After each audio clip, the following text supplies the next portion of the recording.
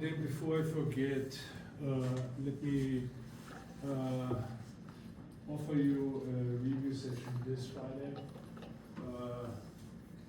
starting at 4. I think the last one also started at 4.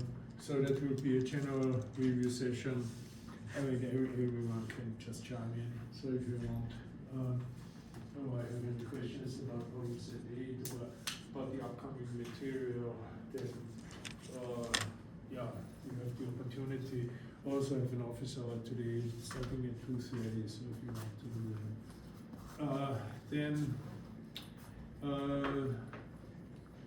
next week is Thanksgiving, and so I don't think it makes much sense to offer a review there. But then in the study week, I will also offer a final review on the Friday before the final, so on the 6th, probably also in the afternoon. Now, I have done a lot of updates over the weekend. I wrote the files, and yesterday I updated the website. So first of all, problem set 8 is up now. I will say more about that in a second. Then I also published sound solutions, I call it here part 3 of the final practice problems, covering examples that will be on the final exam. So you might want to take a look at this. And then, in particular, I've also updated files concerning lecture 22. So there were different files up there with different file names. If you still have the old files, if you have downloaded them, get rid of them, discard them, dispose of them, and now these are the state-of-the-art files, so the ones with which I will go. Okay, and then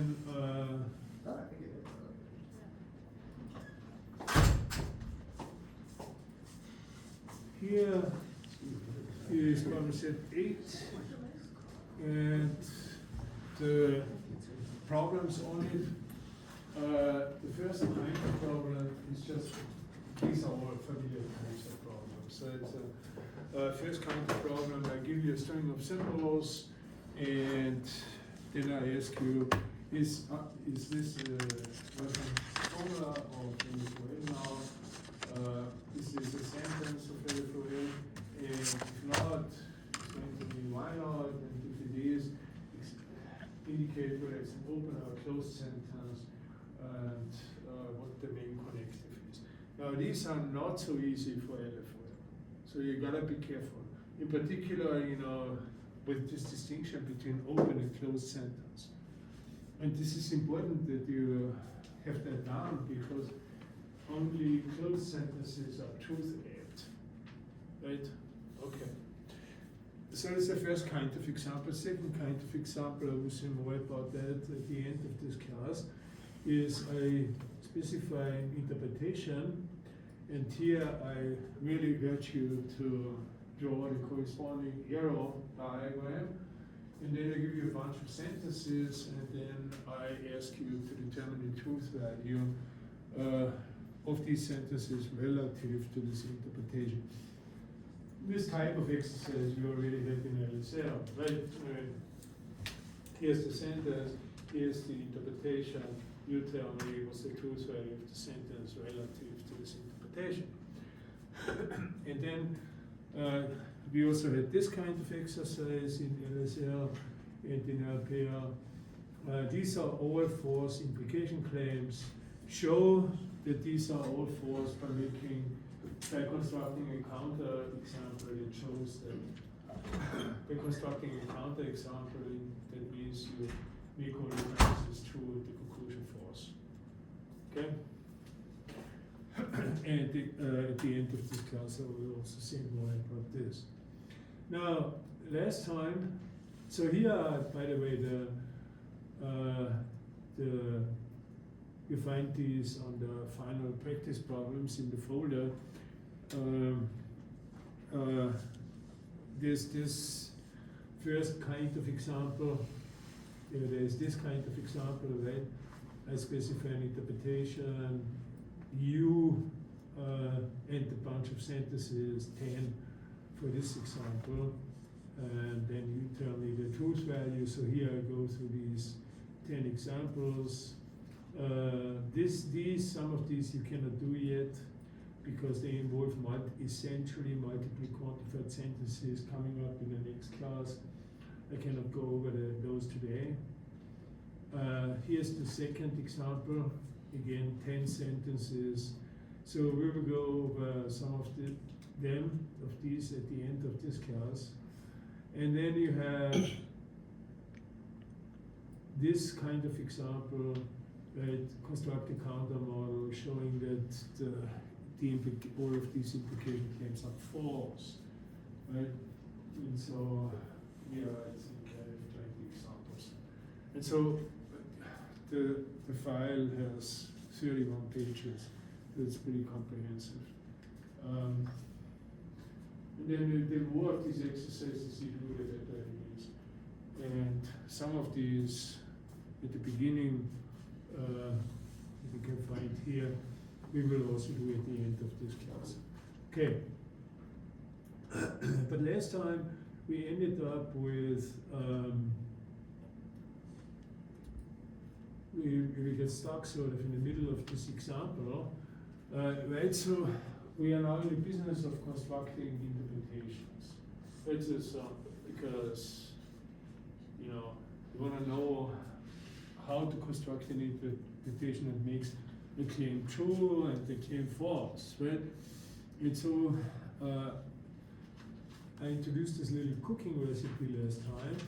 So first you want to develop a truth pattern. That is, you want to make all sentences true. Just because it's much easier to understand the truth conditions of sentences than it is to understand their falsity conditions. And then you want to take care of the existential claims. That first. And for those, you always pick a new witness. You always choose a new object in the domain. Existential claims, as people say, sometimes say, have existential import. Right? And so they introduce, they load a new object into the domain of the interpretation. Then you take care of the constants of claims that have constants. And for those claims, you always pick a new object, an object that is different from all the witnesses, where the witnesses witness the truth of existential claims. That's why they are called witnesses. But for the claims with the constants, you pick a new object. And then finally, you take care of the universal claims, and you do that in that order. Okay? And the universal claims do not have existential import. Existential claims do have existential import, but not universal claims. And so you never add any new object to the domain, only to the extension of predicates. But these are two different things. And then you will need to appeal to the quantifier negation exchange laws, which are sort of the De Morgan laws of that govern now the relation between negation and the existential quantifier negation and the universal quantifier. Just as the De Morgan laws govern the relation between negation and conjunction, negation, disjunction. And here was the example that we didn't quite finish up last time. So it's a conjunction, right? And then fairly complex conjunction has three conjuncts. And then I ask you, construct an interpretation that makes the entire conjunction true. Okay, and so then if you're unsure about the logical structure, you can, assign LSL sentences to its parts, and then you can see, right, that the conjunction is this logical structure, P and Q, and then this third conjunct is a condition. Now, you want to make this conjunction true. All conjuncts must be true for that, but then also this conditional must be true. However, there are three ways to make a conditional true. Right? There are three cases that you have to consider, or options that you have. First option, true, true antecedent, true consequent, false, true, false, false. Okay. Starting out with the first option. So this is your first conjunct, C1 for conjunct, right? Not conclusion, but conjunct in this case. And so this is a choose the existential claim, good starting point. Okay. Then second conjunct, second prime is not a good starting point because that's a universal claim. And then the antecedent of the condition are also not a good starting point, universal claim. And the consequent, that's next, right? Because that's a claim containing a constant. And so you make this claim here true, starting out with the existential generalization. You place an object in the domain and let it have the property F, and so this claim is true. Then you take care of the claim with the constant. So you pick a new object, name it B, and let it have the property G. You want to develop a truth pattern. You want to make it true that B is in the extension of G. Okay. Now you have this and this, right? But as it stands, not everything is F. So then you go with the simple universal generalization and take care of this one, and you let 2 now be in the extension of F. Now everything is F. But then you check with the universal generalization with the second conjunct, and that says for every object, if it's G, then it's identical, it's different from B, and you want to make that true. But this is false, as it states. Because every object that is G, there is only one, which is 2, but 2 is but 2E is B. Right?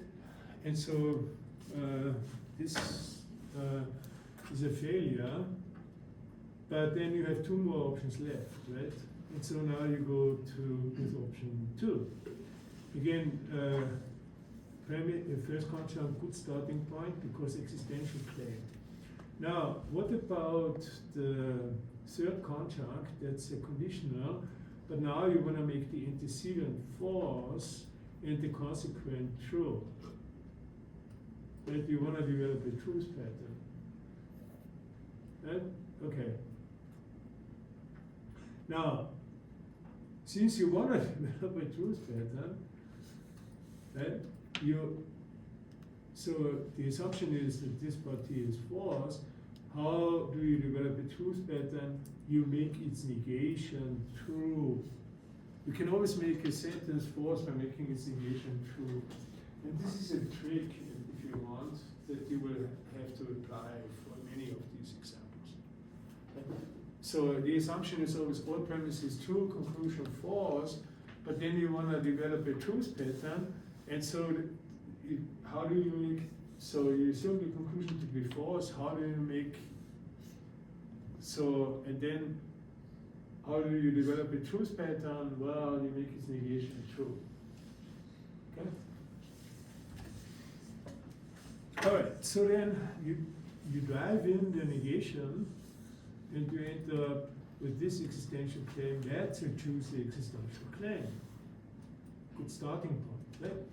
Now, you take care of the first existential claim, place an object in the domain, let it have the property F. You take care of the second existential claim, place an object in the domain, and do have it not have the property F, right? And then the claim with the constant. So you pick an object that is different from both witnesses, name it B, and let it have the property G. But then you have to check back with the second conjunct, and you see it doesn't work out.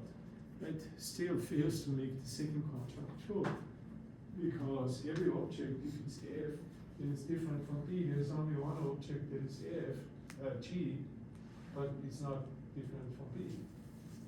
That's a failure. And then there's, however, another option, the third one. That's first conjunct the same.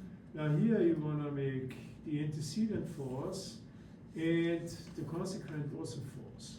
But then you want to develop a truth pattern.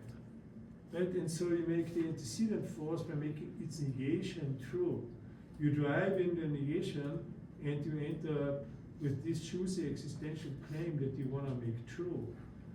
And now, put one object in the domain, let it have the property F, takes care of the first conjunct.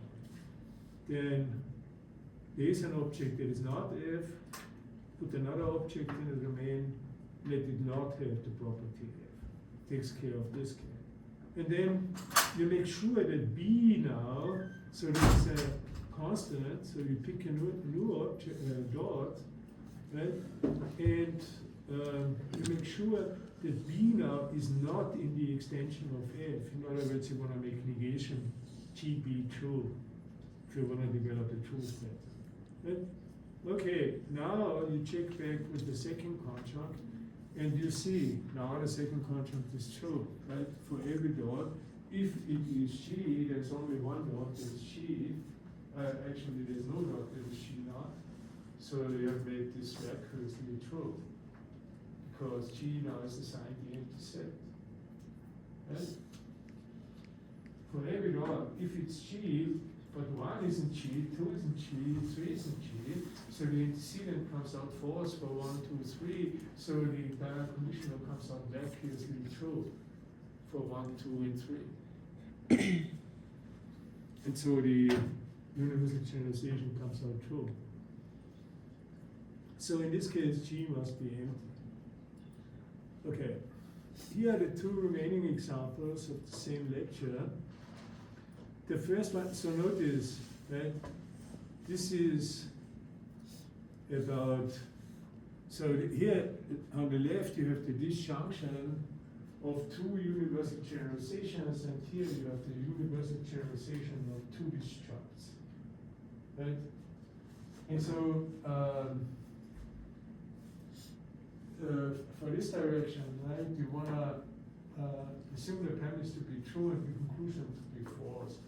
Now, you can make the premise true, but in 3 different ways.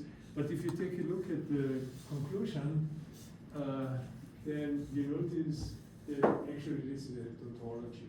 You cannot make that false. Every object either is F or not F. You cannot make that false. Every object is either red or not red. Right?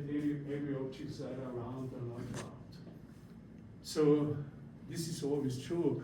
This object, for instance, here, has the property of being either red or not red, because it's not red. Right? And every object has the property of being human or not human. This pen has this property because it has the property of being not human. So it has the property of being human or not human. And so you cannot make the conclusion false. It turns out to be a tautology. In other words, it's negation. It turns out to be a contradiction. And we know from LSL that a tautology is just implied by any sentence. But the implication does not hold for the other direction. But, so if this now is your premise, you can make that true, but you can make this one here false. So over assumption, non-implication, but in this case it goes through. Now here you could show that this here would lead to a contradiction. Right? But now here, no contradiction, therefore no implication. So you assume that the premise is true, But it's not a good starting point because that's a universal generalization. And you look for existential claims to begin with, right?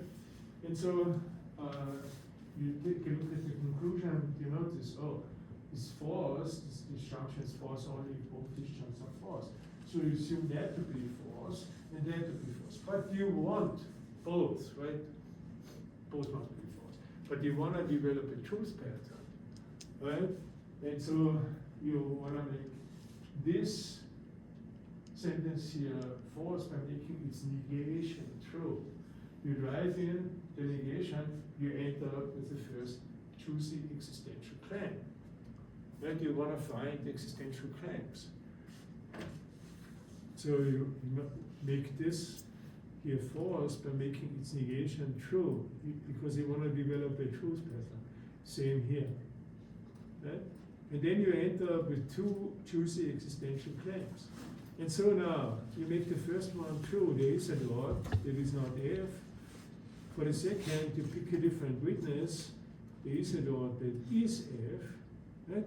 And now you have to check with the universal generalization. Everything is F or not F, that is true. Because now you have only two objects in the domain, right? And one is F or not F, true, because it's not F. And two is F or not F, that's true because it is F. That's and then you just read off the context interpretation. Right.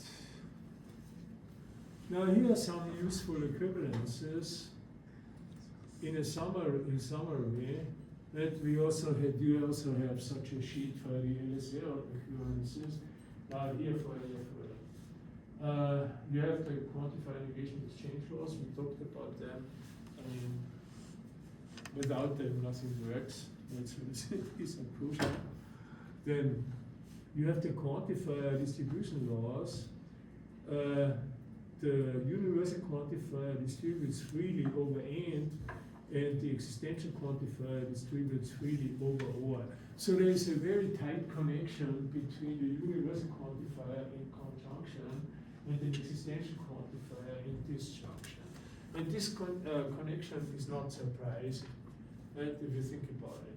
So let's take a look at a mini world containing only 3 objects. Right? So it's a finite number of objects. And then moreover, each object in this world has a name. In our world, they are not, I mean, there are certainly more than 3 objects, and then not every object has a name, right?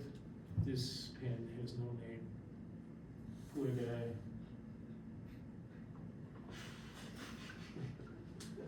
Well, the pen doesn't care, really. Right? Okay, so now,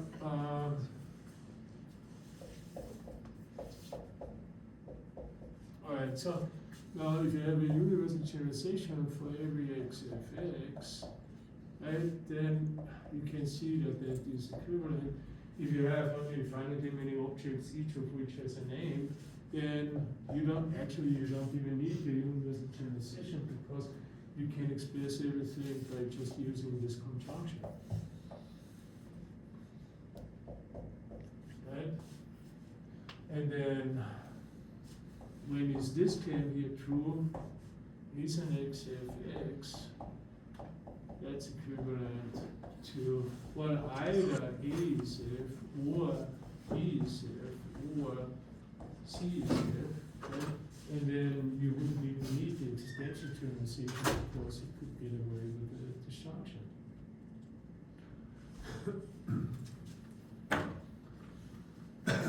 So sort of that illustrates this close connection between the universal quantifier in conjunction and the existential quantifier in disjunction.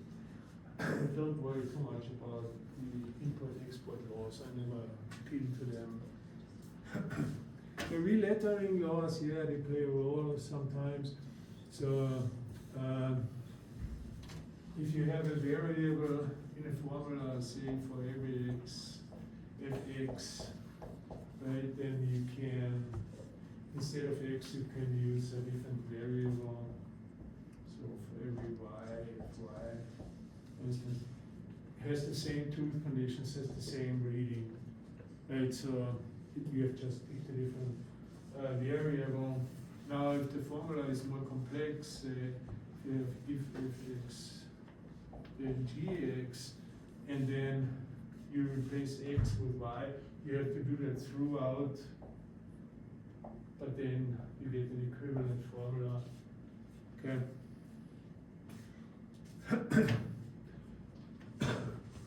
Substitution of sentential tautologies. We are familiar with the equivalences that hold in LSL, and all of these equivalents now also hold for the formulas of LFOL. I'll give you examples in a second. Then you have the quantifier separation laws. These are sort of tricky. I want to skip them for now, but I will get back to those. And also to the quantifier symmetry laws, I will get back to those, but we are not quite ready for those yet.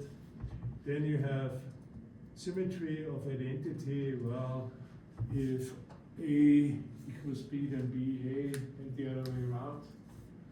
And then you have, so here you have equivalences, so two-way implication. And then you have certain implication claims that go only one way, right? So for instance, the rule of necessary existence goes only one way. Universal instantiation goes one way, and so on. Right? And then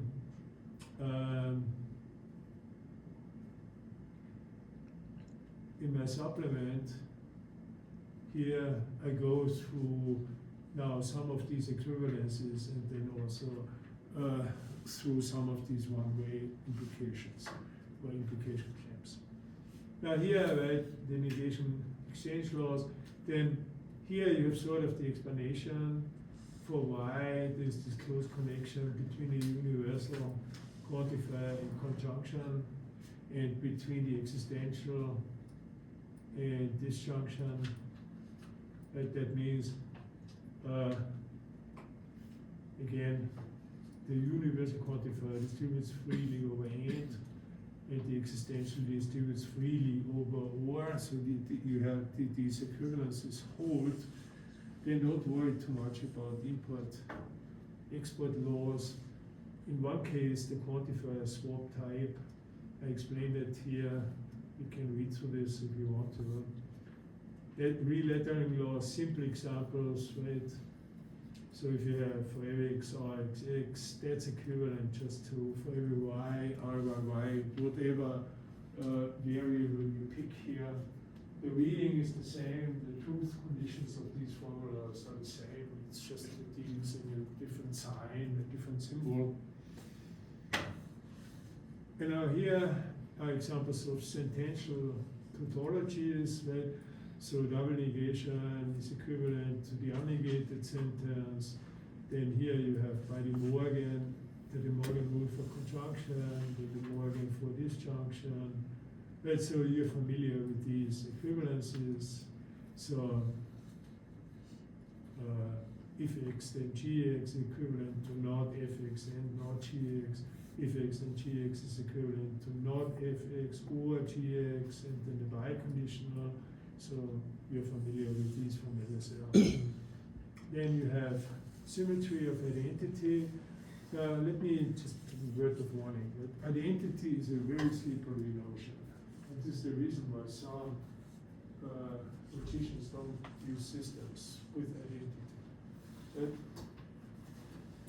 So I cannot go into details here, but I will say a little bit more about identity. But at this point, just let me point out to you, you can have the identity symbol meaningfully only between names of objects.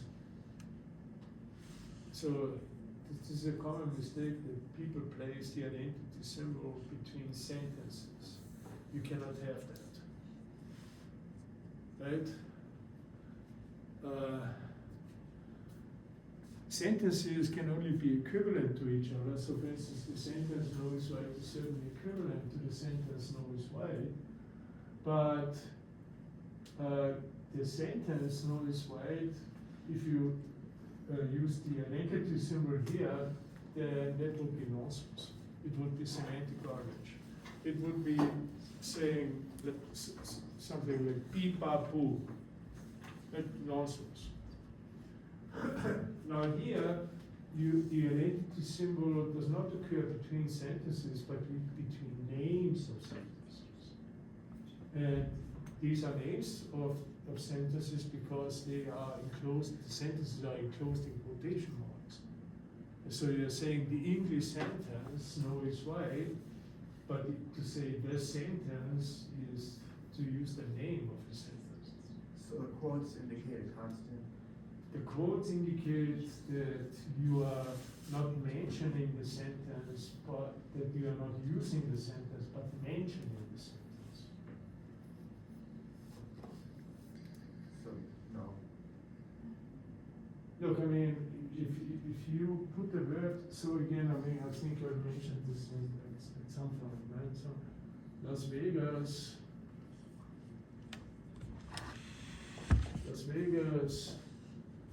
is the capital of Nevada. True or false? No, false. Yeah, okay. Las Vegas is, okay, Las Vegas, so okay, let's do this. Las Vegas is Sin City. True or false? True, right? Okay, but notice Las Vegas refers to the city in which we live, and Sin City refers to the city in which we live, right? So, but if you do that, true or false? False, right? Because the name Las Vegas is not the name. It's different from the name Sin City, right? Now here, look. So enclosing something in quotation marks. So if you just use the word Las Vegas, you can say all sorts of things about Las Vegas, right? Las Vegas is, I don't know, ugly or something like that, right? But if you enclose the word in quotation marks, then and you say Las Vegas is ugly, then you say the name is ugly, right? I mean, look. 1, 2, 3, 4, 5, 6, 7, 8. Right? Las Vegas contains 8 letters. True or false? True. The name does, right? But if you do that, true or false? False. The city doesn't contain 8 letters. Right? So the quotation mark lifts you from talking about the object to talk about linguistic expressions. Right? And the same for sentences, and so if you enclose sentences, you're talking about the sentence, right? You're not using the sentence any longer, so it's right, but you're mentioning the sentence. So for instance, you could say about this sentence here in quotation mark, snow is white is an English sentence, right? So anyway, when it comes to identity, it can only occur between names. Okay? For instance, constants or variables, but variables are pronouns. They are sort of quasi-names, pseudo-names. Okay. And then you have implication, right? One way. The rule of necessary existence, this is pretty straightforward, right? It basically says that the domain of interpretation must have at least one object. You cannot have an empty domain. Right, so, and then also it's straightforward, right? That if everything is F, then there's something that is F, but not the other way around. Okay? Universal instantiation. Straightforward in one way, if every object has the property F, then so does A. If everyone is happy, then Plato is happy, right? But of course it doesn't go the other way around. If Plato is happy, if A, then it doesn't imply that everyone is happy, right? And so here you can construct a counter model because you can successfully make the premise true and the conclusion false. Okay? And so, so here's your premise, if A, you want to make it true, right? And then you want to develop a truth pattern, but at the same time you want to make the conclusion false.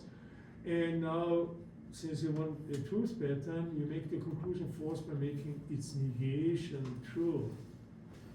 And then you drive in the negation, and then you end up with a juicy existential claim.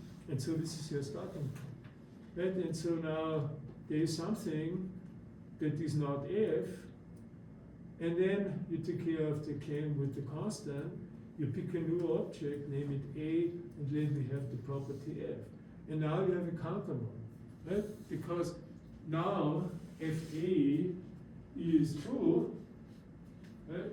2 is so if A, so 2 has the property F, but everything is F is false because 1 is not F. And so you've made the premise true and the conclusion false, showing that there is no implication. Then existential generalization, pretty straightforward, right? If you have the claim that Socrates is wise, then something is wise. That's a valid argument, but not the other way around. From the claim that someone is wise, you cannot infer that it's Socrates who is, right? And so, again, in this direction, you can make the premise true and the conclusion false. And so, you want to make the premise true. That's a juicy existential claim. That's your starting point. You want to make the conclusion false by making its negation true.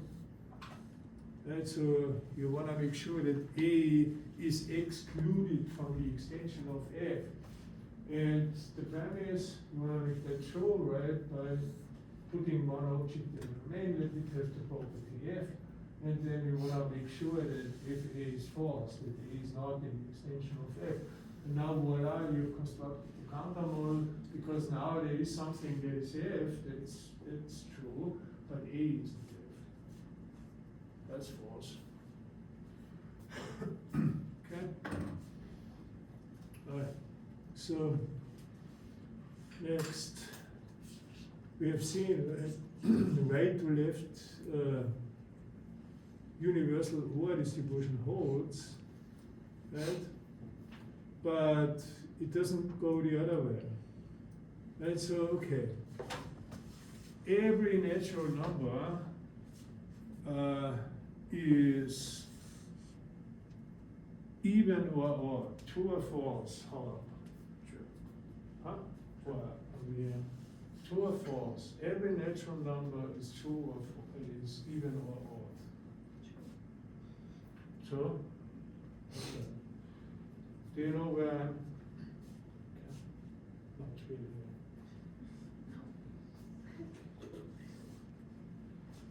Okay. So, obviously, it will always remain a secret to me. Why do people come to class and they spend their time with stuff? What's the point of coming to class? But it's your time, it's your money.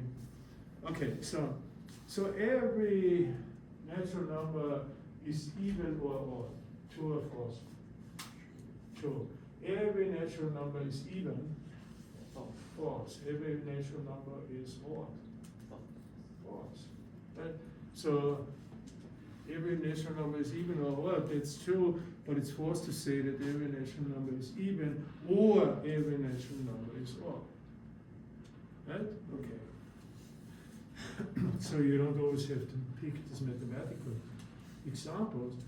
And you have that also for, so existential distributes freely over or and universal freely over and, but not existential it's not true for the existential and combination or the universal or combination. Right? So for instance, so here for instance, right, there is an x fx, there is an x such that it is both f and g, implies the conjunction of these existential claims. But the conjunction of the existential claims doesn't imply the existential generalization. Right? So take all the geometric figures that there are. Okay? So there is a geometric figure that is round, true or false? True. Yeah, there are circles. There is a geometric figure that is square. True. There are squares. There is a geometric figure that is both round and square.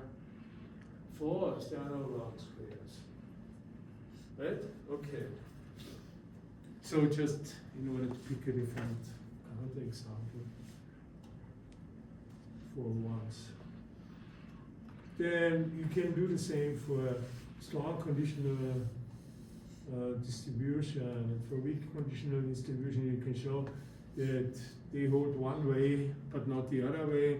Let's go over this one, weak conditional distribution, right? As you can make this premise here true, but then this conclusion false, showing that there is no implication. Right? How do you do that? Well, you want to make the premise true.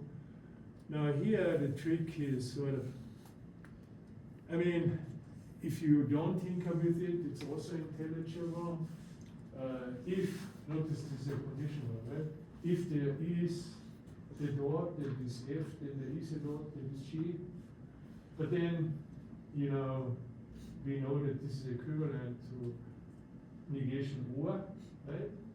And now you have two juicy existential claims, and you want to make the conclusion false by making its negation true. You drive in the negation, and then you end up with this existential claim. But this one you cannot pull apart further, because existential doesn't distribute freely over n. It only distributes freely over or. Okay, but then, you know, you have this existential claim, there is an x such that both, there is a dot such that both it is f and not g. So here you have a dot that is f and not g, and then here you have a dot that is g, right? And then it suffices if you make this disjunct here true, right? Now let's make the conditional, the consequent of the conditional true, and therefore the conditional true. Yeah, so this is basically how that works. I'll give you more examples a little later on. Some all weakening, this is something we have to talk about in more detail, and we cannot do that today. We will run into what's called, what I call essentially multiply quantified sentences. These are sentences containing nested quantifiers with in combination with a 2 or higher base predicate. And these can be tricky, right? It's one thing to say that someone shoots everyone. It's another thing to say that everyone shoots someone. Yes? These are two different things. Someone shoots everyone. This is unfortunately very often the case here. This is the high school scenario, the scenario at universities and in shopping centers and nightclubs, right? So it's one thing to say someone shoots everyone, including himself or herself. Usually it's a male. Right, so this is this scenario.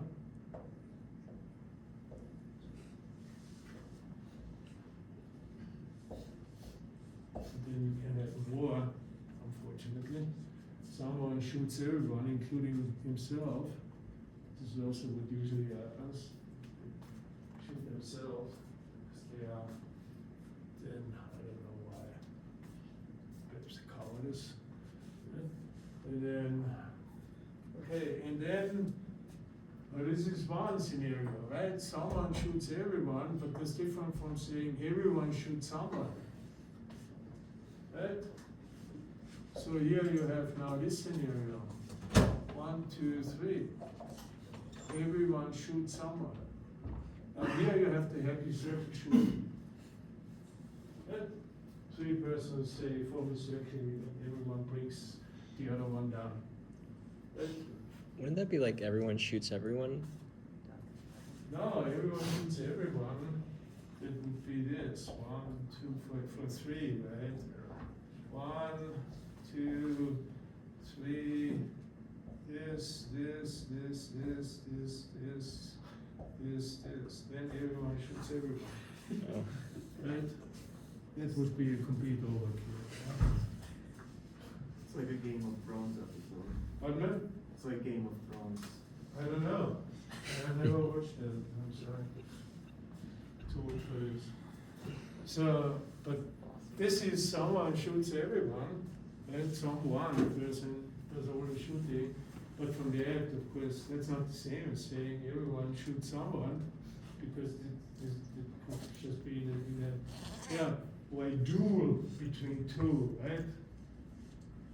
Stand up, Mexican stand up, which almost never happened. I think only happened in White West. It only happened once. White Mexico. I think there was only one real Mexican stand up, and maybe the but there are lots of ways about it. But anyway, look, I mean, okay. So there are lots of sentences in English are ambiguous, right? I mean, everyone has a father in this classroom, right? That's true, right? I have one, you have one, you have one, right? So everyone has a father. But that doesn't mean that there is some one father for every one of us. To my knowledge, my father is different from yours, right? Unless you mean by father, unless you mean this guy up there, right? Or I mean, there was, I probably can't remember that, you're too young, but there was once Saturday Night Live. The show still exists, right? Yeah. Thank you. So, I'm glad to hear that, right?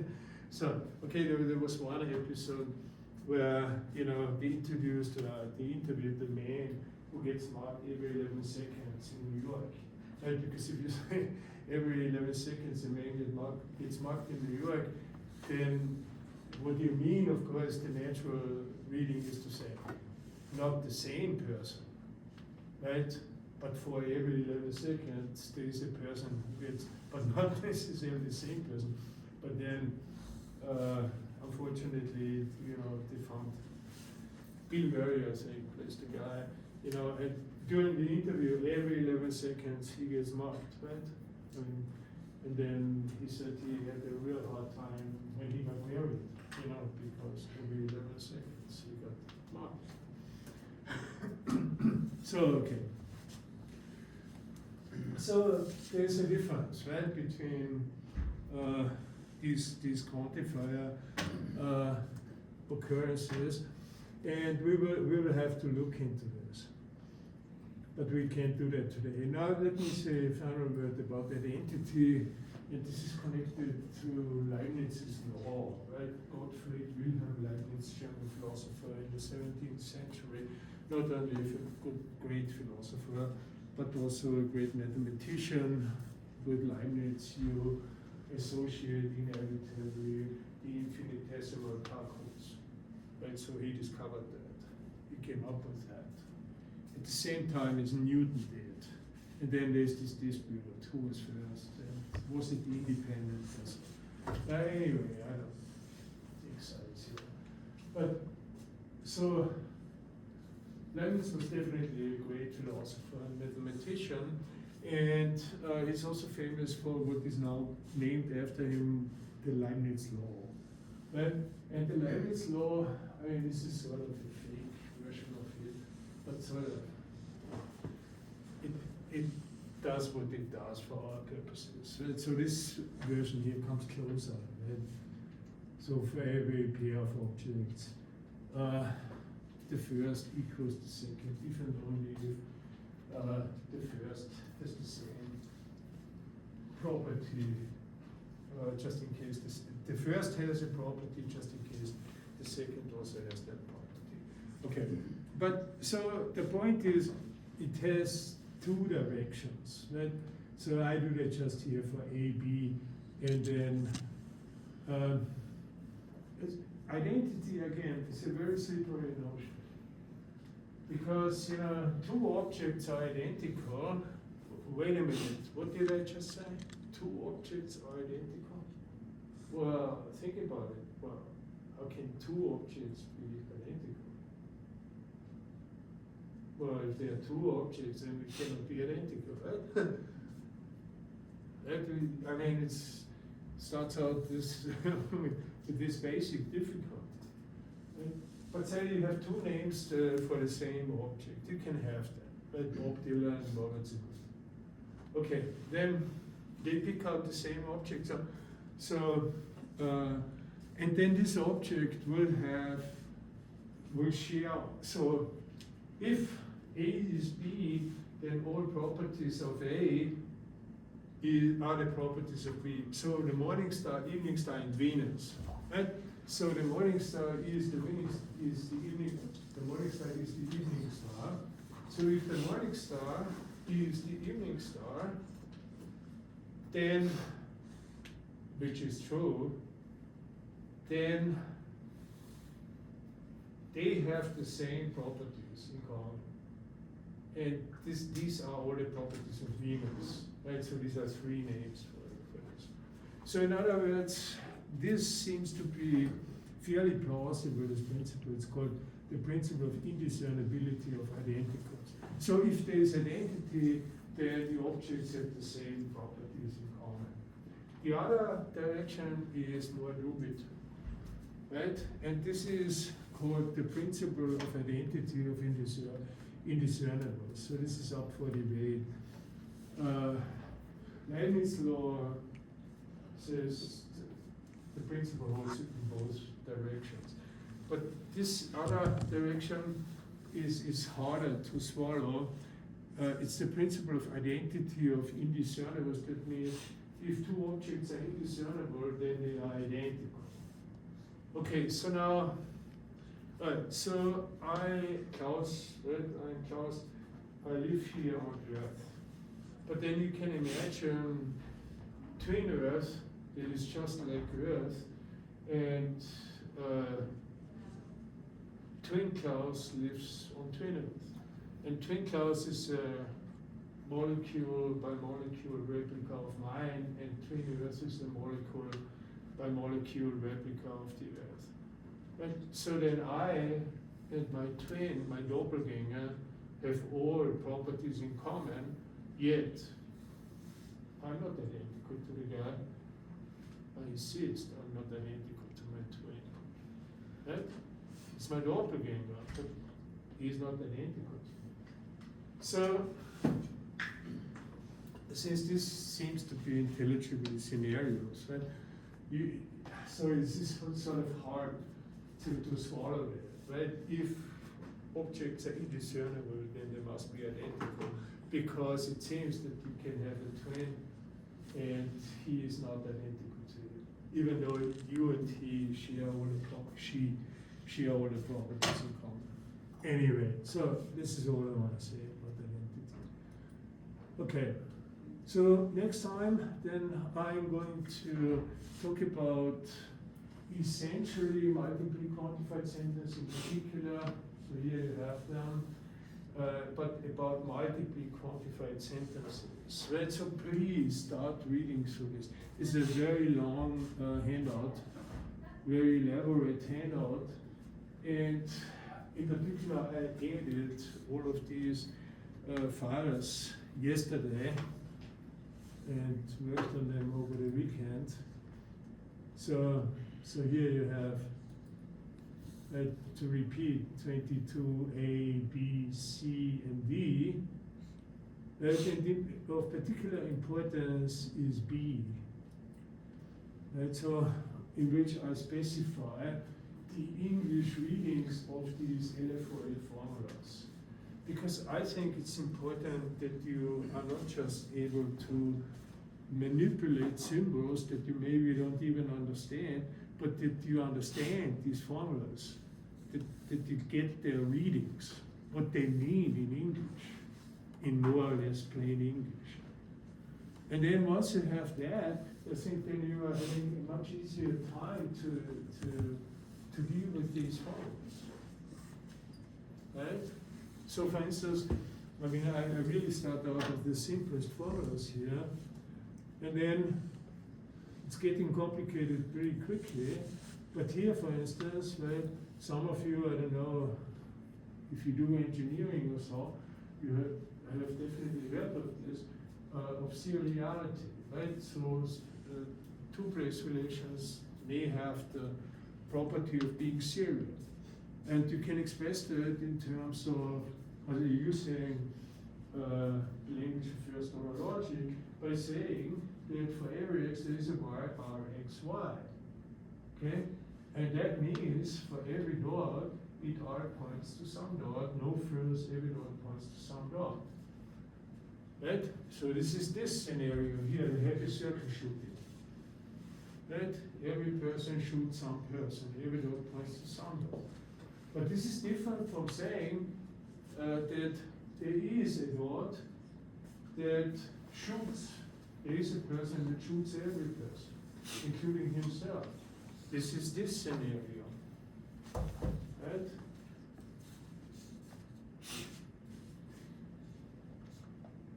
So it's different to say, right, for every x there is a y r x y, than it is to say there is an x for every y r x y. And this is easy to confuse, right? Now, also the use of the active voice and passive voice here starts to get crucial. And so we will spend some time just studying the reading of these formulas next time. But for the remainder of the time today, I want to pull up these solutions, right, to the problems that I posted, right? These are part 3, right? Solutions to the final package problems. And so here, I'll give you, 10, so 20, so 2 examples, right? And 2 types of examples. One is, here's an interpretation, you determine the truth value of the sentence. The other type of example is, this is a false implication claim. You show that it's false, construct a counter model, making all premises true and the conclusion false. Okay, so this is what's on problem set 8. And the same type of example will also be on problem set 9, but the example is really fun. So, for instance, right, so this is very similar to what we use on problem set 8. So here's the arrow diagram. I specified it here because I'm a nice guy, right? You don't have to do that. Again, you don't have to use the diagram. I highly recommend that you do. I think it makes it much more illustrative, right? Okay, so now here's the first sentence then. Relative to this interpretation, what's the truth value of this sentence? What's the truth value of A is F? So the sentence is, A is F, A has the property F, if and only if it's not the case that B is G or C points to B. Is that true? What's the truth value of A is F? True. True, right? Because 3 says, so I messed up here. I have to rectify it. I just noticed it. You go through all of these examples. And then you just. It's like messing up left and right. But it happens sometimes. Okay. B is G, true or false? True. So does C point to B? False, right? So true or false is true, negation true is false, and then now here true, if and only if false is false. Okay. Now for this one here, right? Okay. Now here I could have inserted the truth value, because so let's do this. What's the truth value of this? Everything is f and g. False, because one, for instance, is not g, right? 5 is not f and g, right?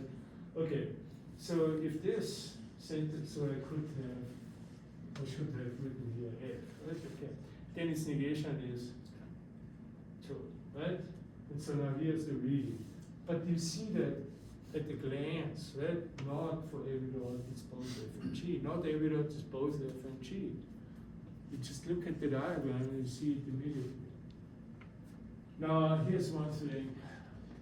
Please do not write truth values underneath these sentences here, fx and gx.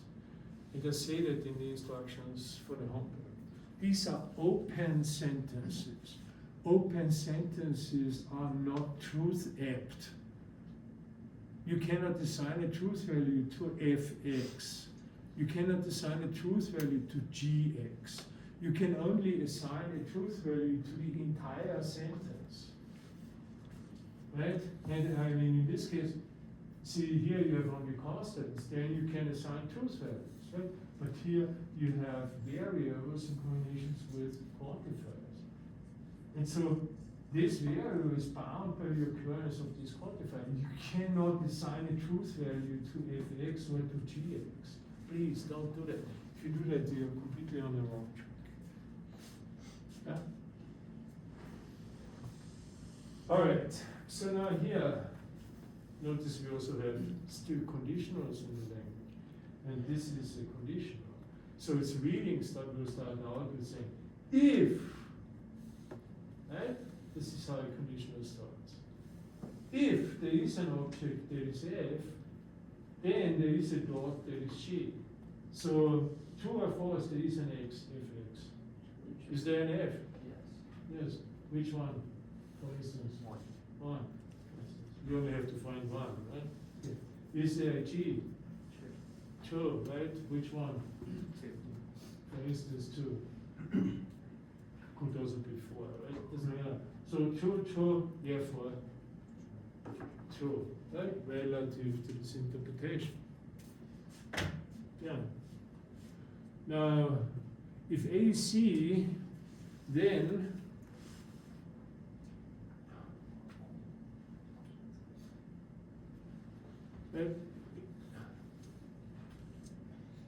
if AC, true or false? True, right? Because 3 is both if it has two names, right? One object with two names. So the antecedent is 2, but then you can't stop here because, as a matter of fact, it does. The consequent might come out false. Right? So if the antecedent were false, you could stop because then the conditional trivially comes out true because it has a false antecedent. But now you can't stop, right? And so now what to do with this formula, right?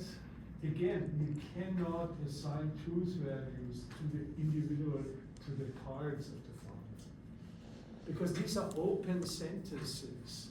It is wise, it is red. You cannot assign a truth value to these sentences. But only to the entire sentence. Okay, now what's the how does the consequent read?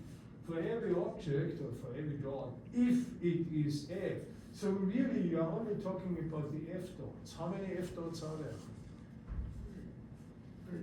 3. Which ones? 1, 3, and 4. But only those are now relevant. For every dot that is f, either, so you're talking about 1, 3, and 4, right? Okay.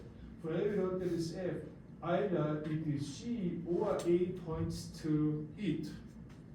Okay, so now you start out with 1. That is 1 either G? No. Does A point to it? No. No. So the disjunction comes out false for X is 1. And you only have to find one, instance that makes the universal generalization false. So this is a false universal claim. And so 2 false obtains false. Alright? Now, next one. Yeah, this is seriality. Right? So it's an essentially multiply quantified sentence coming out. This is this one here. Right? Every dot points to some dot. Now this is false, right? Every dot points to some dot. Why? Once you know the reason, right? Why is this false? Because 3 doesn't point anything. 3? Well, 3 points to itself. No. 4 doesn't. 4, for instance, right? It doesn't, 4 points back to 2. 1 doesn't. 1 points to 2. 5. 5, right? 5 is a counterexample to seriality, right?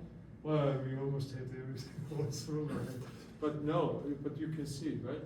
5 violates seriality because 5 doesn't point to anything. Yeah. Okay, so once you know the reading, it's fairly easy to determine, given a diagram that you have, fairly easy to determine the truth value. That's the point of the exercise, right? Okay, so then this one here involves one of the quantifier separation laws. These are hard, guys, to understand. I mean, these formulas look so innocent and simple, but then they are not. And so you have here nested quantifiers, but only one place predicates. And so they look, but you can try to formulate, for instance, the reading for these sentences. It's really hard. Maybe you can get away with starting to talk about choices, but you cannot really specify the readings of such sentences, of these formulas. And so you can deal with them satisfactorily. Either you do something like this, you appeal to the quantifier separation laws, or actually you were off so last time. So here's actually a machinery that you could let run, right? And then, so this is this Tarski machinery, proposed intuition Tarski. So you can apply the truth definition to these sentences, but then it's getting a little complicated. Right? And I do that here not for different interpretations, but for different assignments to constants. Yeah?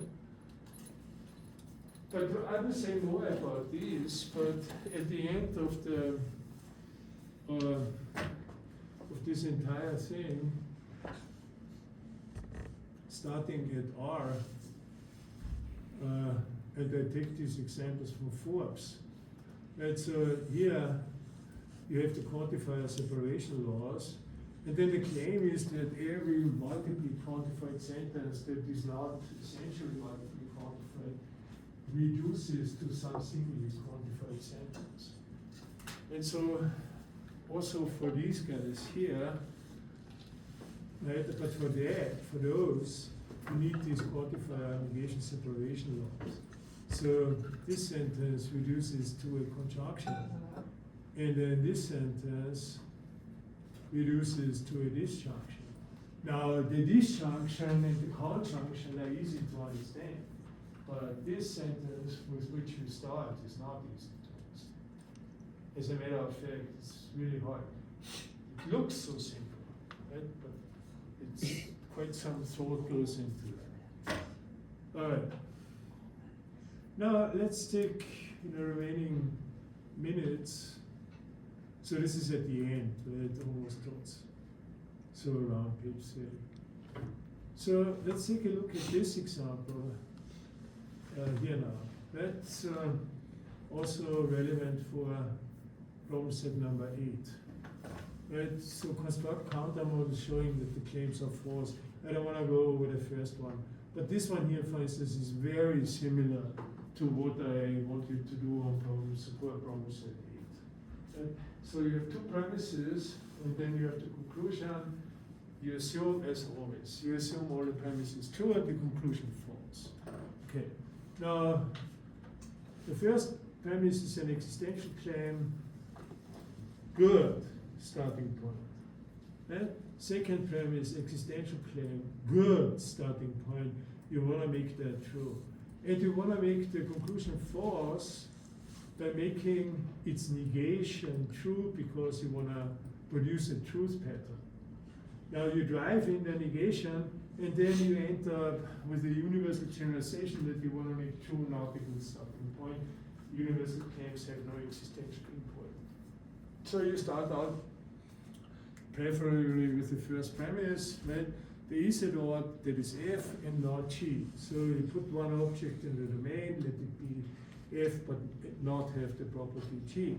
Then you take care of the second premise, you pick a new object, right? 2, let it have the property G, but not the property H. So now you have made both premises true. Whenever you make a change to a diagram, you have to check back with all the claims that are remaining. Because if you make a change to a diagram, you might change the truth value of a claim, of a previous claim. Right? That might happen. So you always have to check back and forth. Frequently, quite some going back and forth is required for this. Okay, now, true or false as it stands, for every dot, if it's F, then it's not G. That's true, because there's only one dot that is F, and it's not G. Right? So if you make the premises true, you have made the conclusion false by making its negation true, indirectly. Right? Okay. Next, you have two premises, and the conclusion, you always, as always, you assume non-implication, make all the premises true and the conclusion false. First premise is a juicy existential claim, good starting point. Second premise, not a good starting point because that's a universal claim. And you want to make the conclusion false by making its negation true. That means you drive in the negation by the quantifier negation exchange laws. You end up, luckily, you end up with another existential claim, and you want to make that true. You start out, it doesn't matter with which existential claim, but say there is an X, you want to make that true. There is something that is both F and G. So you put an object in a domain, let it have the property F and G.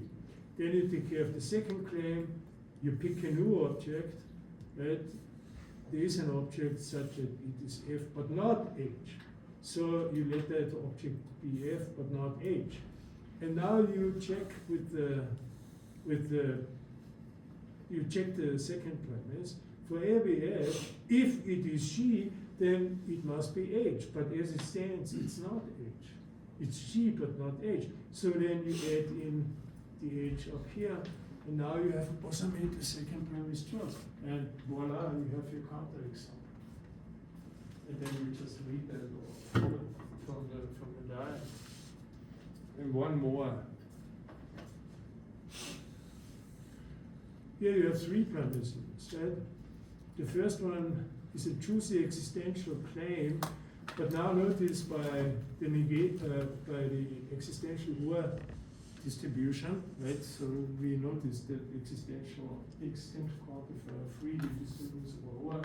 You can pull this apart, right? So this existential generalization is actually a disjunction of two existential generalizations or equivalent to it. Then second premise is not a good starting point because the universal generalization. Third premise is straightforward existential generalization, good starting point, right? And then you want to make the conclusion false, they're making its negation true, and then you end up with a universal generalization, so not a good starting point. And you have developed the truth pattern, right? Okay, so now make the first premise true, but now notice, right? So you don't want to make the second disjunct true, because if you make that true, then you have a conflict with that down here. And you cannot make its negation also true. Right? So you can make this disjunction true either by making this true or that true. So you don't want to make that true because you also want to make its negation true, but then you cannot do that. So you want to make this, the left disjunct, true, the first disjunct. So then there is an object that is F, and so you place one object in the domain, and let it have the property F. That makes your first premise true. Third premise, you pick a different witness of the truth of this existential generalization, so something that is H. And then you check back, right? This one here, everything is not G. That is true because there is no object that is G, so that's fine. And then this one here, for every dot, if it's F, then it's not G. Well, you check, right? There's only one dot that is F, and it's not G. So, voila, you're done. There's the counterpart. So this is what you should do on set heat. Yeah, you can do that. All right, so again,